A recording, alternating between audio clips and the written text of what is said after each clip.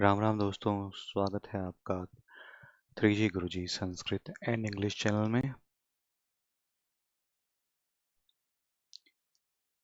वाक्यकारं वररुचिं भाष्यकारं पतंजलिं पाणिनिं सूत्रकारं च प्रणतोस्मि मुनित्रयम्। मैं नमस्कार करता हूँ वाक्यकार वररुचि जी, भाष्यकार पतंजलि जी और सूत्रकार पाणिनि जी को। इनके द्वारा संस्कृत ग्रंथों की रचना की गई, जिनके कारण आज संस्कृत हमारे सीखने के लिए काफी सरल हो चुकी है। अकारांत पुल्लिंग शब्दों की सीरीज में आज हम बात करने वाले हैं टंक शब्द की। अकारांत वे शब्द होते हैं जिनका अंत अ स्वर से होता है, और टंक शब्द के कई अर्थ हैं, जैसे कि स्टैम्प्ड कॉइन। जैसे पुराने जमाने में मोहर लगे कॉइन आते थे, उन्हें टंक कहा जाता है। एक मापने की प्रक्रिया को टंक कहा जाता है। एक प्रकार की जनजाति या जाति है, उनके व्यक्तियों को भी टंक कहा जाता है।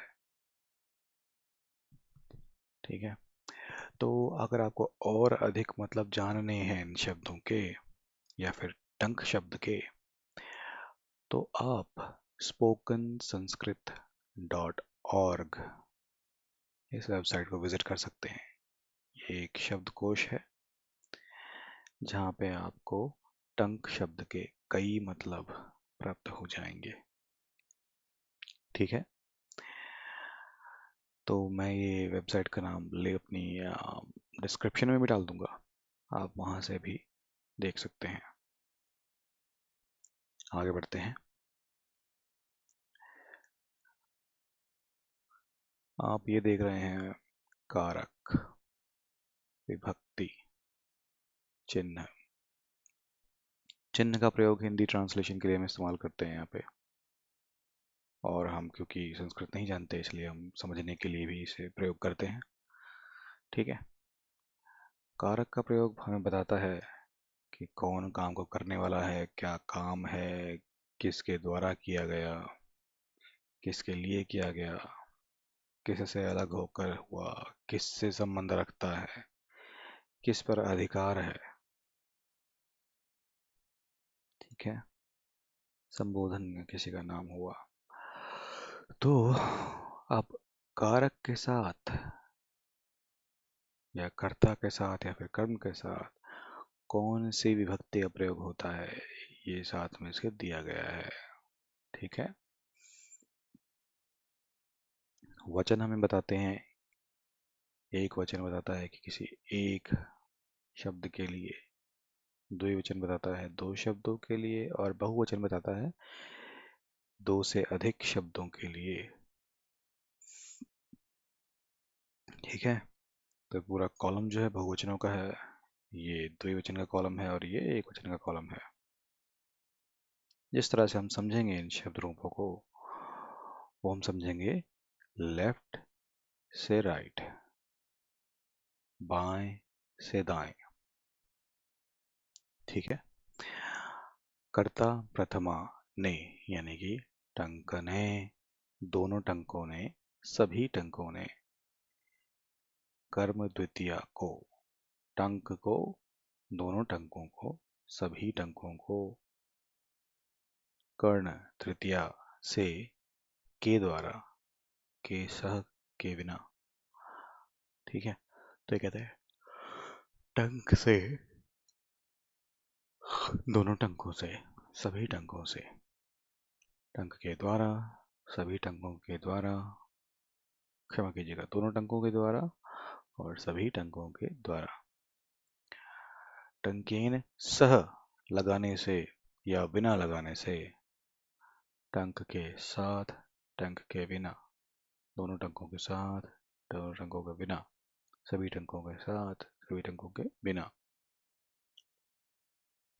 संप्रदान चतुर्थी के लिए, टंक के लिए, सभी टंकों के लिए, क्षमा कीजिएगा, दोनों टंकों के लिए, फिर सभी टंकों के लिए।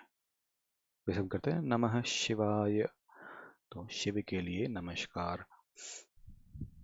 ठीक है। अपादान पंचमी से पृथक अलग।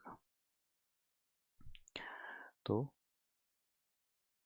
टंकात टंक से पृथक, टंकाभ्याम दोनों टंकों से, टंकेभ्यः सभी टंकों से, जैसे हम कहते हैं ना, वृक्षात् पर्णानि पतन्ति, कोशात् धनम गच्छति। उदाहरण के लिए बताया आपको मैंने। संबंध, संबंध में लगती है षष्ठी विभक्ति। फिर इसको होता है काके की रारेरी, यानी कि आपका, आपके, आपकी, हमारा, हमारे, हमारे। तो टंकस्य, टंक का, टंकयोः दोनों टंकों का, टंका नाम सभी टंकों का। अधिकरण सप्तमी में, पर किसी स्थान में, या टंक में, या टंक पर, या किसी समय में या समय पर। ठीक है, अधिकार को बताता है। तो किसी स्थान में या टंक के, टंक में खुद में अधिकार है। ठीक है।